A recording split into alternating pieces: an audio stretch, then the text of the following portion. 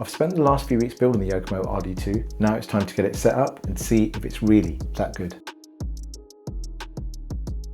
The first thing you need to do is pair your receiver with your controller. Now I've got a Futaba 3PV with a Futaba receiver, and to pair these, what you need to do, go through the menu on the controller until you get to system. Then you're going to put the controller into link mode, press and hold down the bind button, and you should get a red flashing LED. Then you let go, and once it's paired, you should end up with a green solid light. What we're going to do next is set the throttle endpoints, and the way you do that is you have to push down this red button, which is on the power switch for the ESC. You need to hold that down and then turn the car on, and it should start beeping and you should see a red LED flash. And what we need to do now is set neutral. So as it's in neutral already, we give this red button one push. It's beeped once. Now we're going to give it full throttle. Press the red button again. It's beeped twice. Let go. Give it full reverse. Press the button. It's beeped 3 times. Let go. Turn the car off. Turn the car back on. And that should be our throttle endpoints configured. Give it a quick test. So we've got throttle,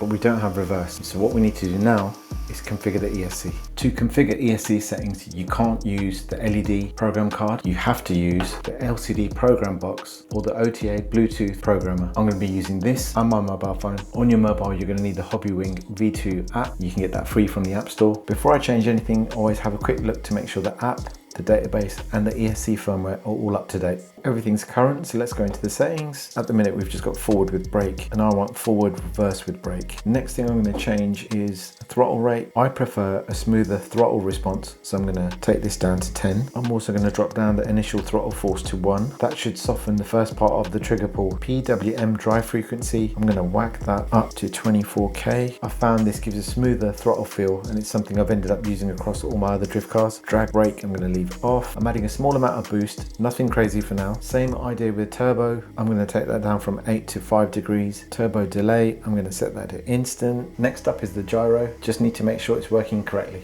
Now if I move the car to test the gyro, I can see we need to reverse the direction. So I've just set the gain to 100% so you can see which way the wheels are turning more clearly. So when I'm turning the car right, the wheels are turning left. Whereas when the rear end slides out to the right, the wheels need to turn to the right. So we need to reverse this gyro. To reverse it, we need to flip one of these dip switches. Just turn the car on and off so the gyro reinitializes. So that's been reversed. When the back end goes right, the wheels turn right. Back end turns left, the wheels turn left.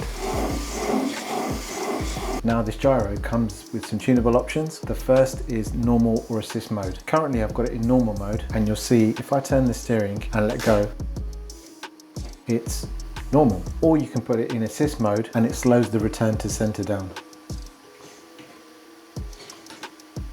So it comes in 2 modes, a red and a green mode, and you can tell what mode you're in based on the LED color, green being soft mode and red being hard. And you can change what mode you're in by either taking your gyro gain to a positive or negative value. Now if like me you can't do that on your controller, you can simply reverse the direction of channel 3.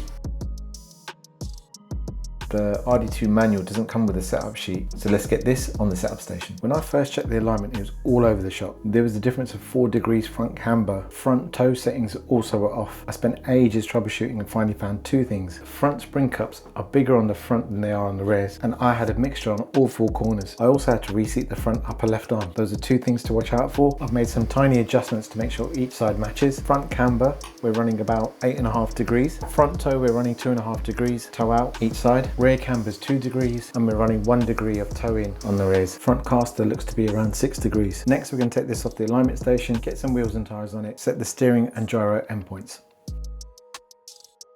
So first we need to put the gyro into EPA learning mode, and to do that you press the endpoint button down and turn the car on. With the steering at full lock, I'm going to adjust the EPA on my controller. So here I'm going to check that nothing binds, the servo isn't straining, and the steering isn't trying to push past the knuckle stopper. So I'm happy with the left. So I'm going to press the endpoint adjust button on the gyro and repeat on the right hand side, and I'm happy with that. So I'm going to press the button again, and the gyro is just reinitialized.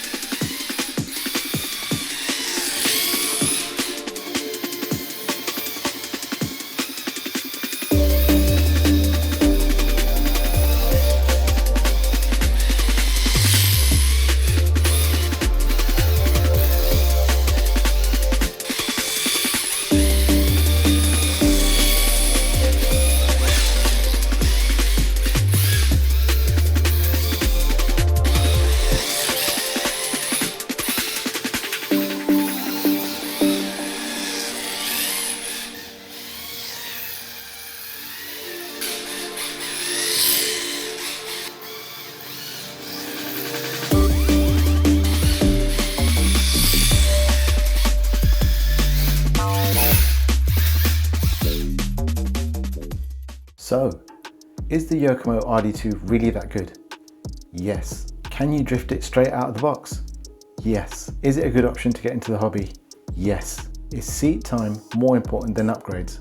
Also yes. And that's where I'm at. I just need to have some more fun driving before I look to change anything else. Next up, it's time to give this a body show. Can you guess what it is?